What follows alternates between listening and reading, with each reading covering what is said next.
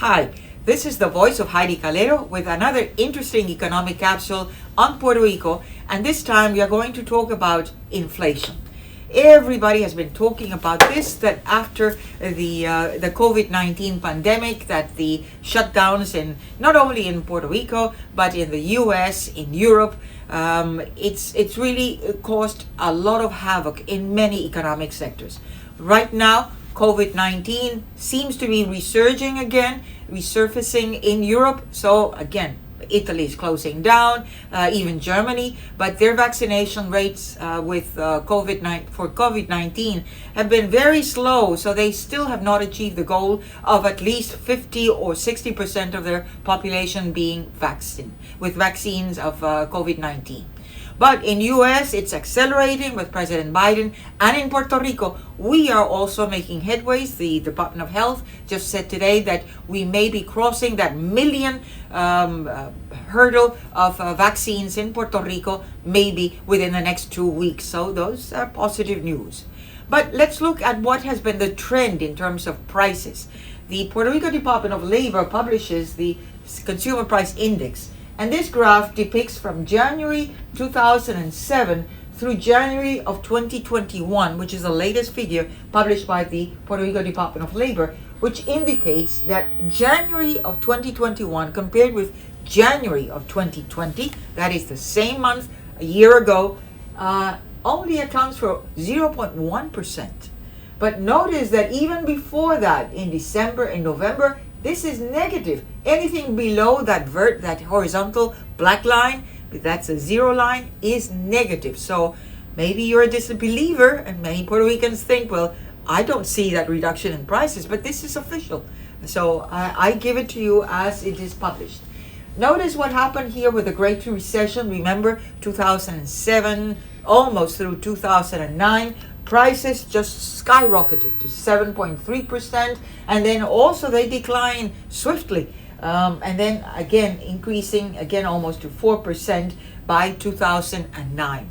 Thereafter, at least in Puerto Rico, we have been seeing more or less very moderate inflation, especially from 2013 through 2016, almost close to 1% on average for consumer prices. Maybe increasing a little bit with Hurricane Maria that hit us in September of 2017, and things were scarce. Our infrastructure devastated. The island itself still on a reconstruction mode, even as we speak, 2021, and hopefully with all these emergency relief funds from the federal government, Puerto Rico will make headways in terms of its economic growth. But as of today, it seems that we are in a deflationary mode. Let's look at which of the components of the Consumer Price Index have increased the most and which have increased the least. On the left here, you see that medical services, all related to this component, has been growing 3.3% on an annual basis using January of 2007 as the index. So we divided all those subsequent months through January of 2021 by the index of 100 in January of 2007, and then we estimated the rate of growth for that period, and that's what you are comparing here. In food and beverages, 2% growth annually, then other components 1.5% annual, and then education 1.2% annual growth. So those are the components that exhibited the most growth. Notice which exhibited the least growth according to the official figures of the Department of Labor. Well, in clothing, apparel, negative 1.2%. So prices did not grow. On the other hand, they did decline, negative 1.2% annually. Housing, all related to maintenance of housing, and maybe even including some of the prices, sale prices of houses, it's scarcely 1% growth. In recreation or entertainment, and remember, 2020 was shut down, totally closed, all entertainment, all restaurants, most of them really having a hard time. Well, they posted 1% growth only, and transportation, all related to fuel, to car maintenance, it's scarcely 0.6% growth. So overall, the inflation outlook that we see here For advanced economies in 2021, 1.3%. That's the outlook. For 2022, 1.5%. And for the euro area, again, 0.9%. In 2022, 1.2%. In Japan, they're in a deflationary mode, negative 0.1%. And in 2022, 0.5% growth. So very, very, very a deflationary mode in Japan, at least through 2022.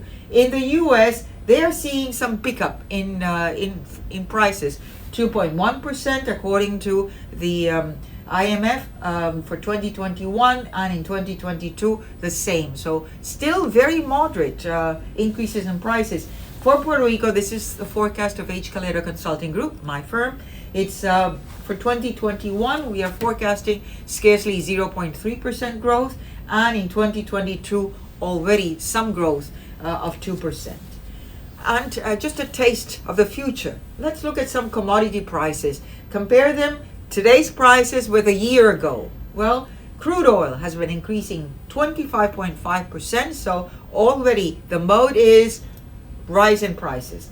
Copper, 15.8% a year compared to a year ago. Corn, 13.8%.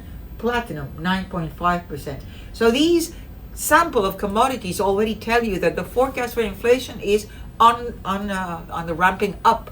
International maritime rates in Puerto Rico were increased effective March 1st, so they are going up.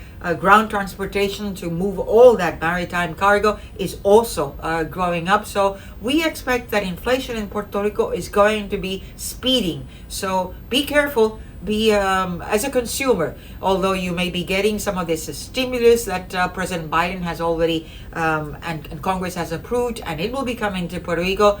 Please be judicious in terms of your money, because inflation is on the rise and you will need to be very careful as to where you spend your money.